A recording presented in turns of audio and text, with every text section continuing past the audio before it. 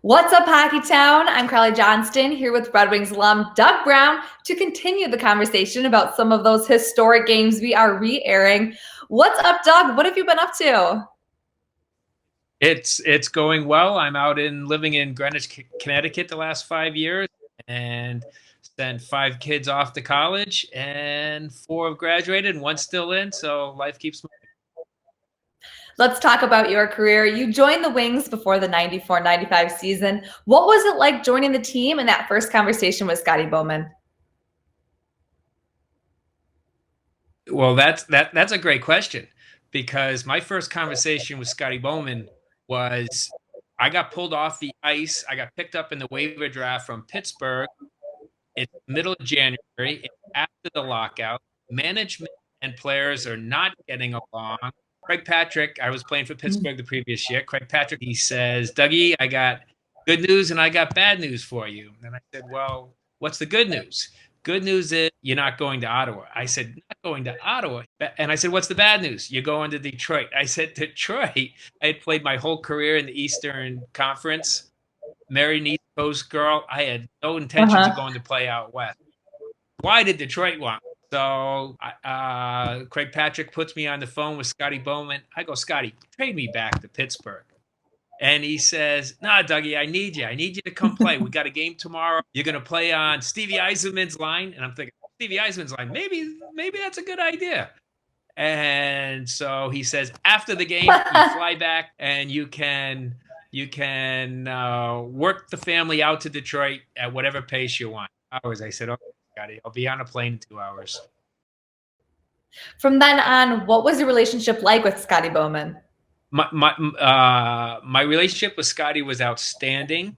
He is the most brilliant hockey mind I've ever met, and I felt like myself and many other players received our PhD listening to him every day. That's awesome. Well, you meshed well with the Russian Five. Can you describe your relationship with those guys on and off the ice and what it was like playing with them? Well, that's a long story because it starts long before Detroit. Because Fetisov and Kasatonov came to, and then Zalapukin came to New Jersey. So I had already played with Fetisov for a few years. We had been roommates. He and his wife got a condo next to my wife and I. So my wife took Vladimir Fetisov to the grocery store for the first time. Vladimir broke down tears looking at all the choices. And bringing her to a bank for the first time and seeing an automatic teller and the ATM passing out cash. And then Slav and I were roommates, and when we busted through the English language, because I wasn't going to be able to get through the Russian language. So I already had a strong relationship with Slav. And then when I was in Detroit, after the first 10 games I had played with Stevie, and then as Scotty started to rearrange the lines and try different things, I found myself on Fedorov's line an awful lot, and with Fedorov and Kozlov, which obviously I was in love with that situation. And so I ended up playing an awful lot of games with those two, and especially in the playoffs. You were a great defensive forward, but one of your most memorable career moments, in my opinion, was scoring 2 goals in the cup-clinching game in the 98 Stanley Cup Final versus the Washington Capitals. Can you walk us through that game and what that meant to you as a player? Obviously, that was a special, special moment, but there was a lot of history going into that, and it climbed so far. If you go back to the 94-95 season, we thought we were ready to win the cup, and we had hated everybody in the West. We grinded it out. We had done the best we can, and we waited around for the New Jersey Devils as they got through the series with the Rangers. And their hatred for the Rangers, for losing to them the year before, was incredibly focused, and they came in and they were ready to have a battle. And we had beaten Chicago a week and a half earlier, and we had lost our cutting edge. We didn't play as well as we should have, and they swept us. And so then the following year, we were incredibly focused. 68 games or 63 games, I don't know what the crazy number was, and had rolled through Colorado all year long. Colorado had stacked up a few players at the end of the season, but we weren't afraid of Colorado. It'd been Quebec the year before. There was no hatred. We get into the playoffs, and they are focused, and they played terrific, and they figured out how to beat us. So 2 years in a row, we thought we were ready to win the cup, and we didn't. So going into the 97 series, we are just trying to climb that mountain physically and psychologically.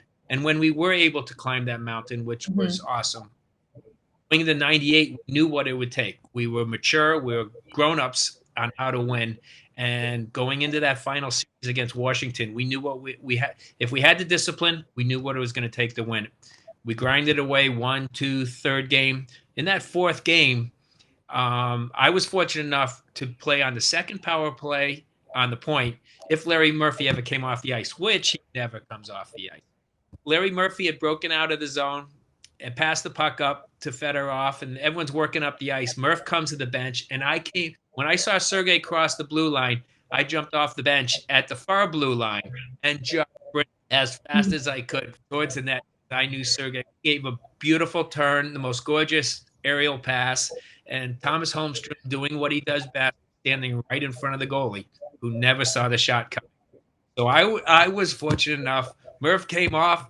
Sergei's one of the best in the world. Homer's doing his job, and I just one-timed it at the net, and that was the first one, and that got everybody lifted about 6 to 8 inches off the bench, and we knew we were in for a good day.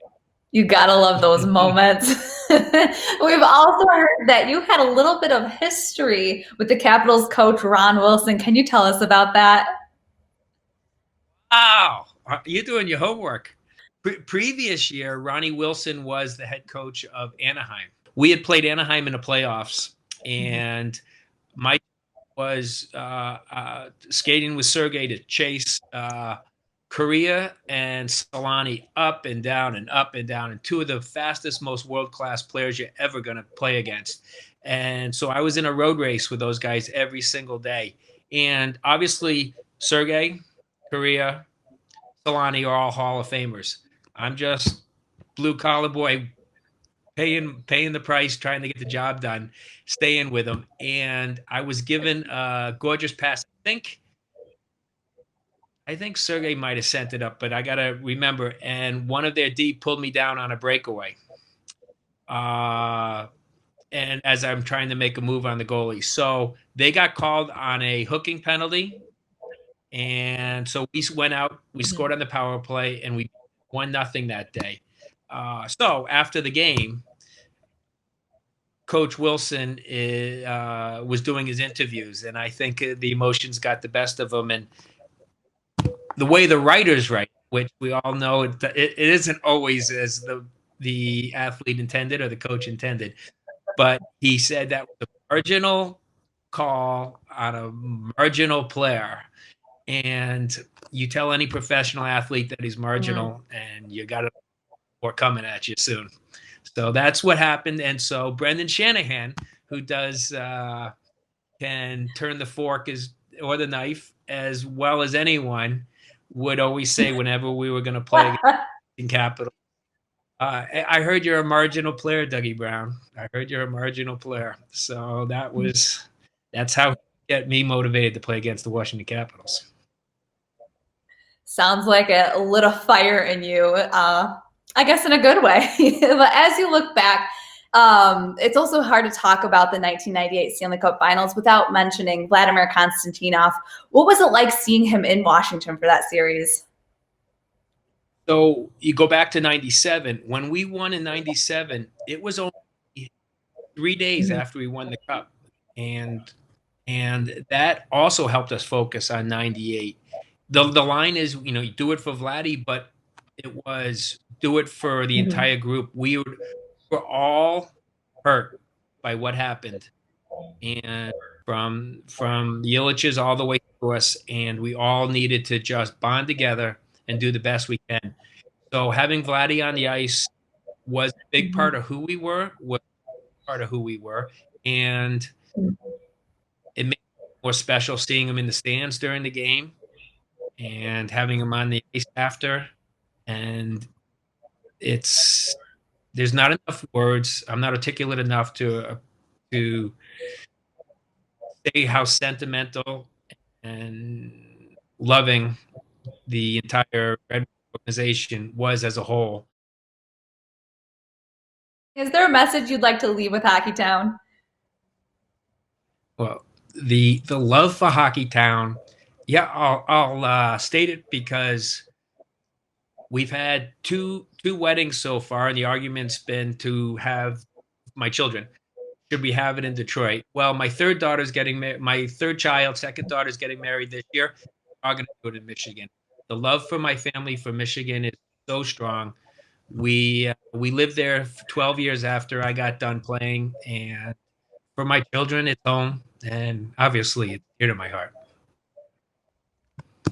Awesome. Awesome. Well, thank you so much, Doug Brown, for joining us. It means a lot to us. I hope you and your family enjoy your time together and stay healthy during this time. I appreciate it once again. Go Wings.